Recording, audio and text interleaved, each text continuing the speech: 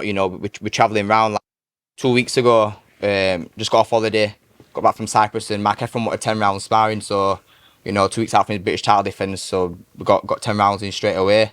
So yeah, so like I said, I'm always happy to travel and put the work in, and yeah, it pays off. It does pay off because, like I said, people often take for granted. Let me just make sure the volume settings are all right on here. I think they are.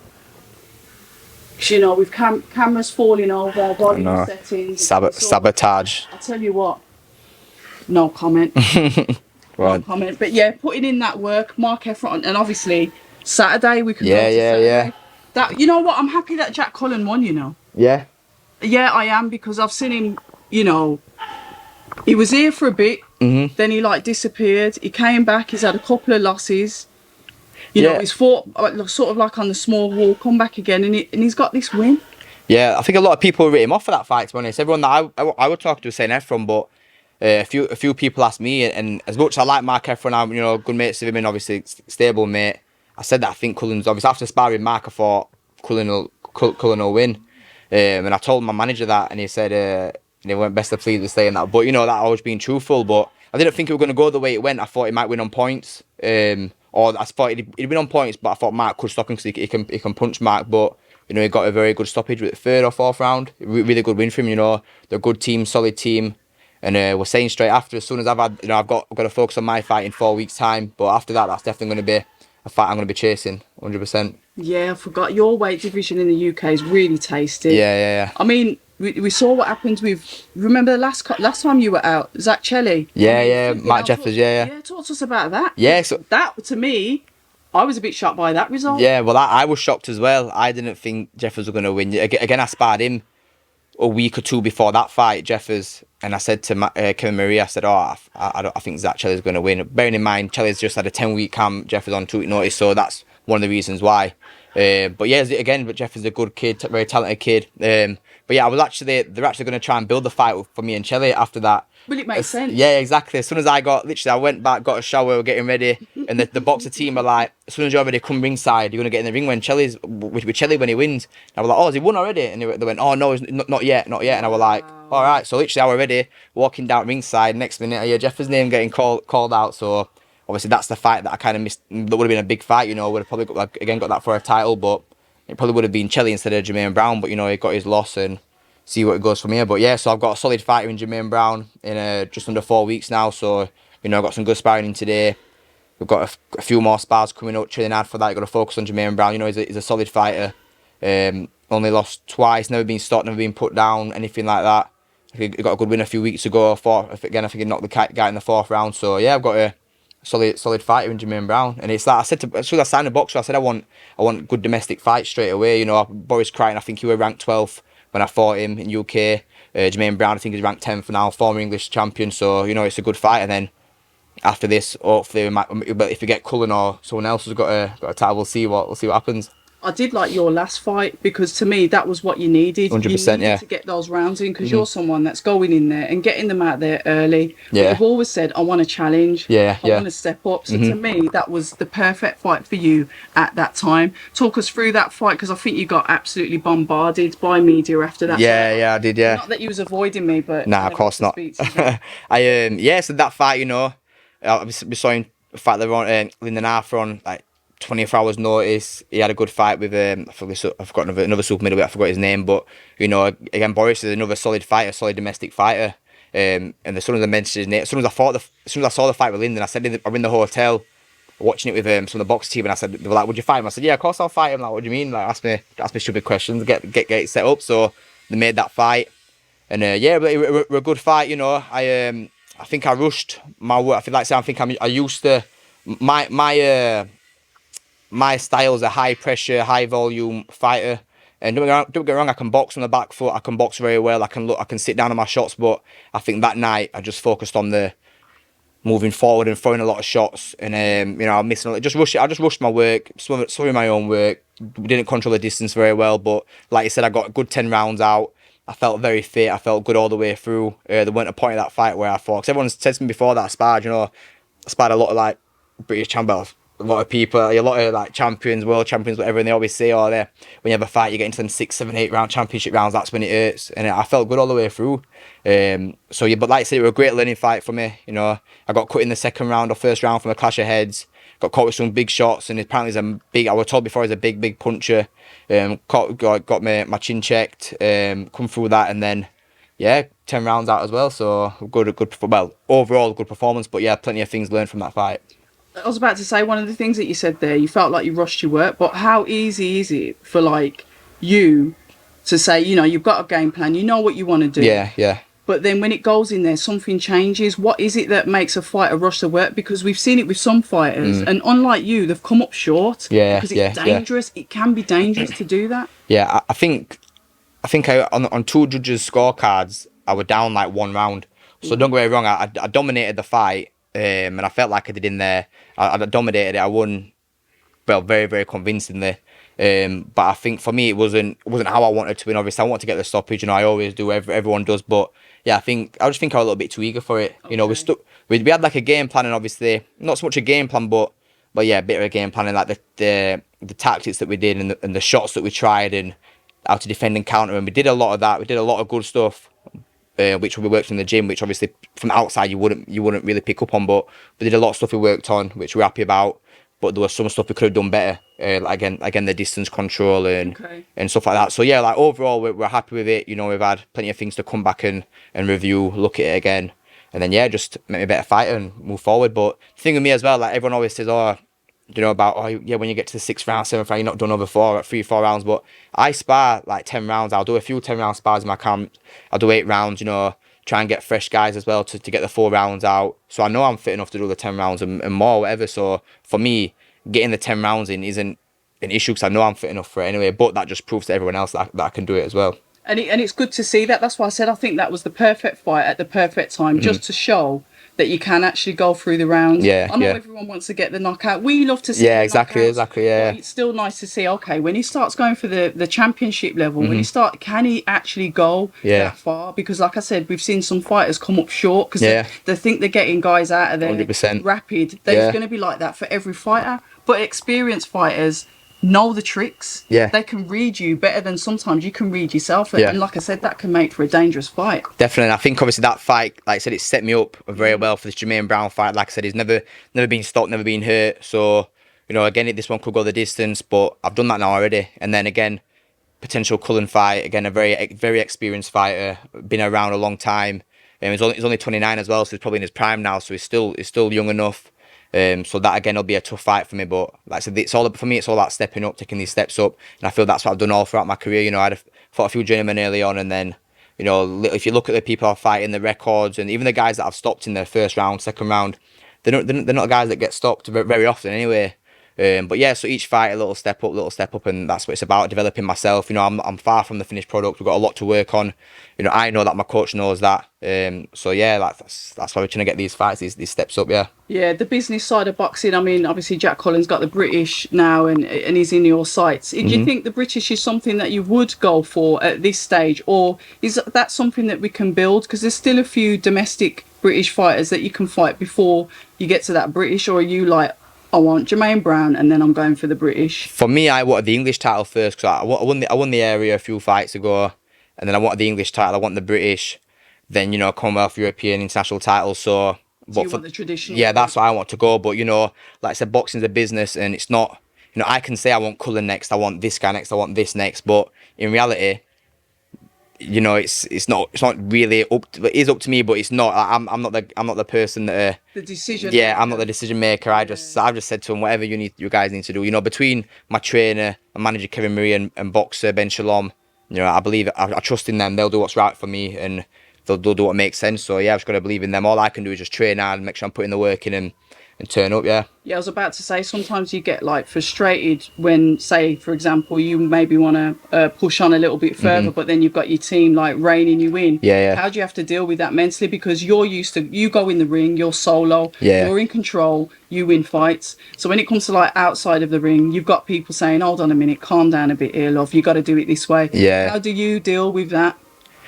I don't know. I think I've just got to trust in him. That's it. I trust in him. Yeah, especially our manager Kevin Marie and my trainer Mark Haley. I've got a lot of trust in them, a lot of belief in them, and I know that they'll do what's right for me. My trainer Mark Haley, we're just working for quite a long time.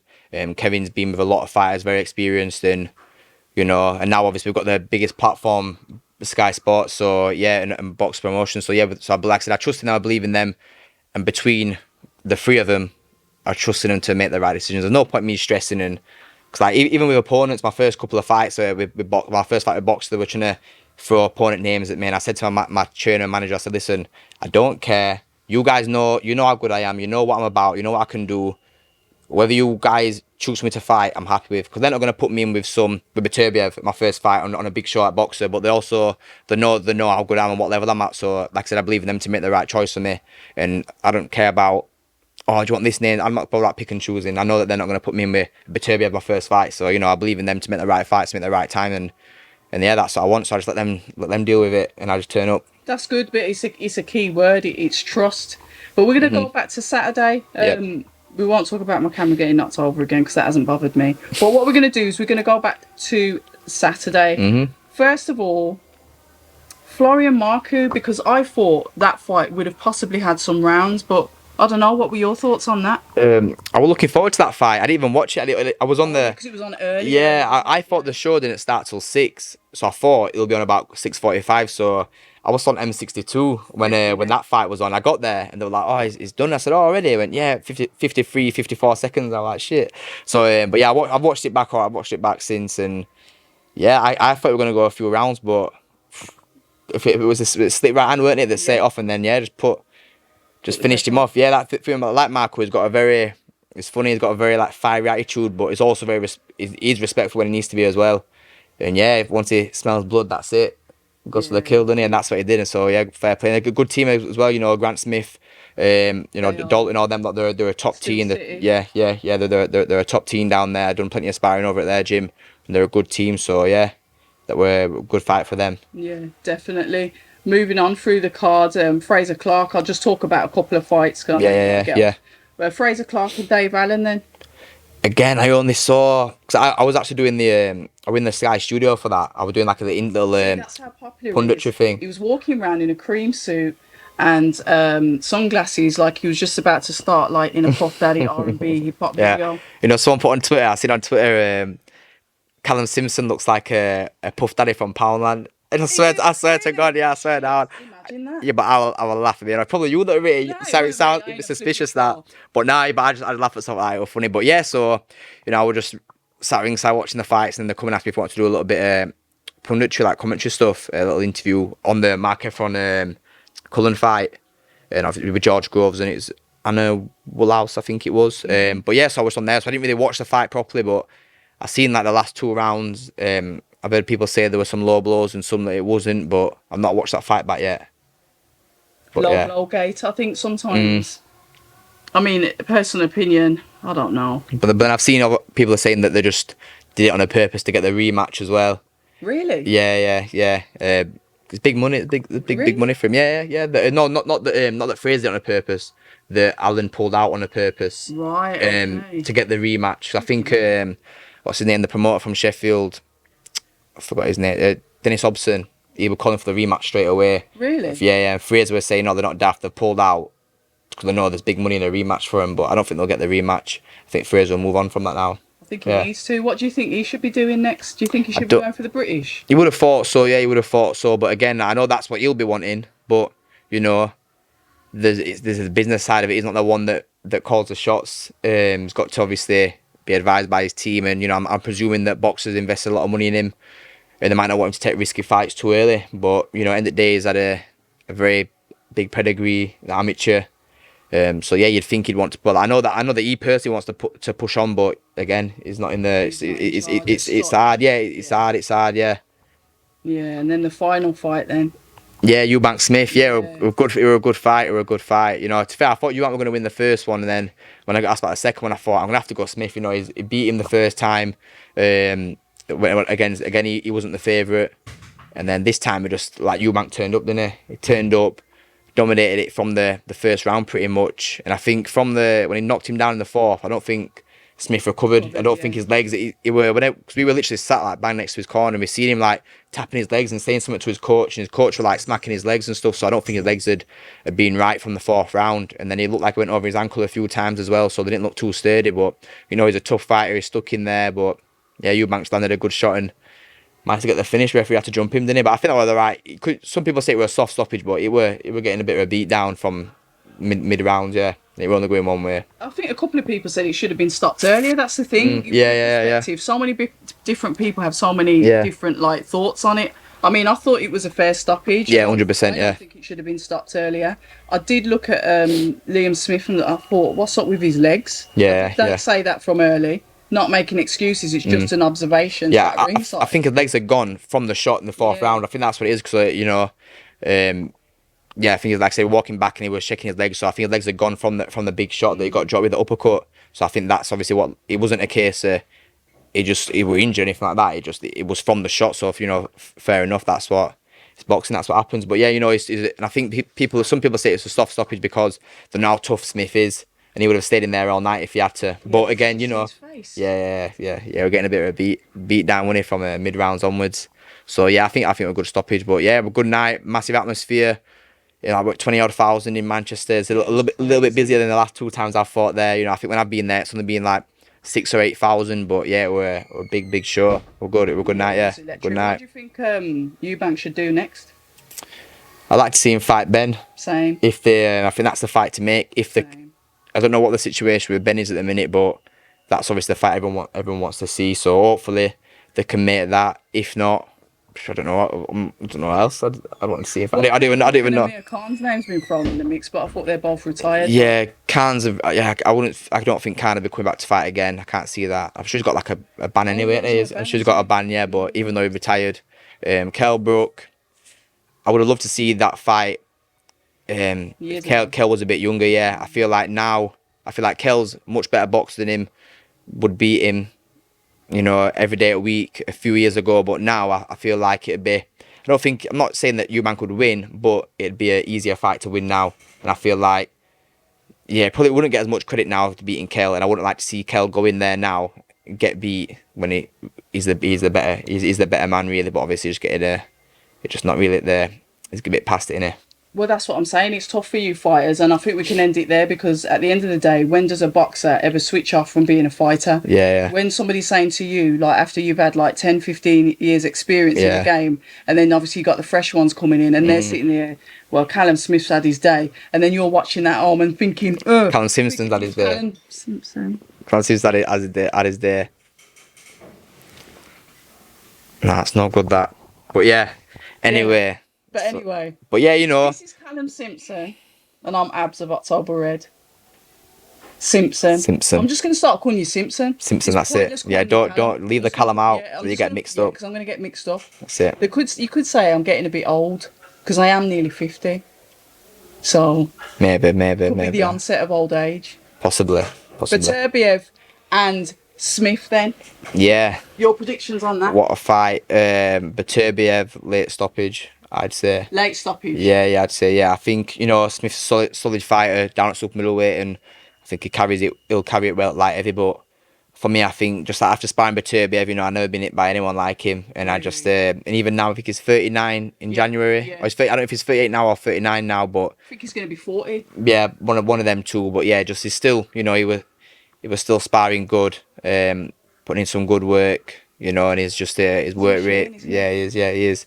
So I'm not gonna completely shut Smith down and say he's not got a chance because everyone's got a chance, but I just feel like just similar to I think it'll go similar to the yard fight. I think Smith will do well at the start, but it depends what Smith turns up, because against the Canelo it didn't really seem to turn up and very negative. So if he does that with Beterbiev, he'll get out of there very soon. But if he can try and box and keeping it, Smith's long, tall, keeping his jab, he'll do better. But again, be a good fight to watch. So, in your opinion, can anyone at light heavyweight beat him? What about Bivol? What if Beterbiev goes against Bivol? I think the only person that can beat him is Bivol. I'm not saying that he would, but the only person that I'd say that I'd be hard to choose between would be Bivol. Yeah, but other than that, I don't see anyone beating him at light heavy. I reckon when them two retire, it's fair game then. Yeah, 100%. Yeah. That's the thing. Light heavyweight's a good, domestically it's a good division, but world, I don't see no one beating either of them two. No one, especially no one in the UK beating either of them.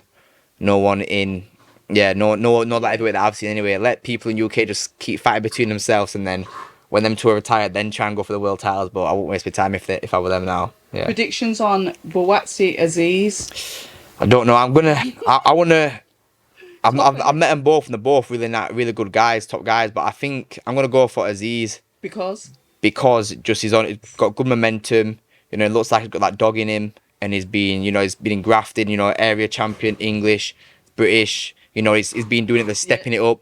But then obviously Buatsi's got the amateur pedigree, and it looks like he's been a bit inactive. He's not really impressed me too much as a pro, and I don't think he did amazing against Stepien, his last fight out. But it's interesting. I spoke to a few people, and I think Buatsi is going to show his levels, for the amateur pedigree. But then pro's a different game a different sport to amateur boxing. So yeah, I think I'm going to go for Aziz, but again, fair game between them two. It's 50-50 fight. Like I said, Buatsi might show his pedigree and box his head off, or Aziz might get stuck in and stick it on him. We'll see. That fight I am really looking forward it's a solid domestic fight. 100%. Yeah, no belts, doesn't matter as such. It's and we've even got Isaac Chamberlain and Mikhail Lowell, and that's gonna be a tear up. It'll be a good fight.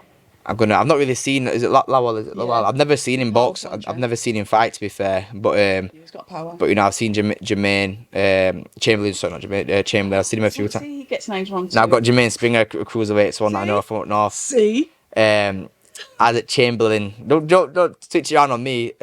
Chamberlain. I think he's gonna win. I reckon. I like him. Good guy. Yeah, he's lovely. Yeah. Listen, Callum Simpson. It's been an absolute pleasure.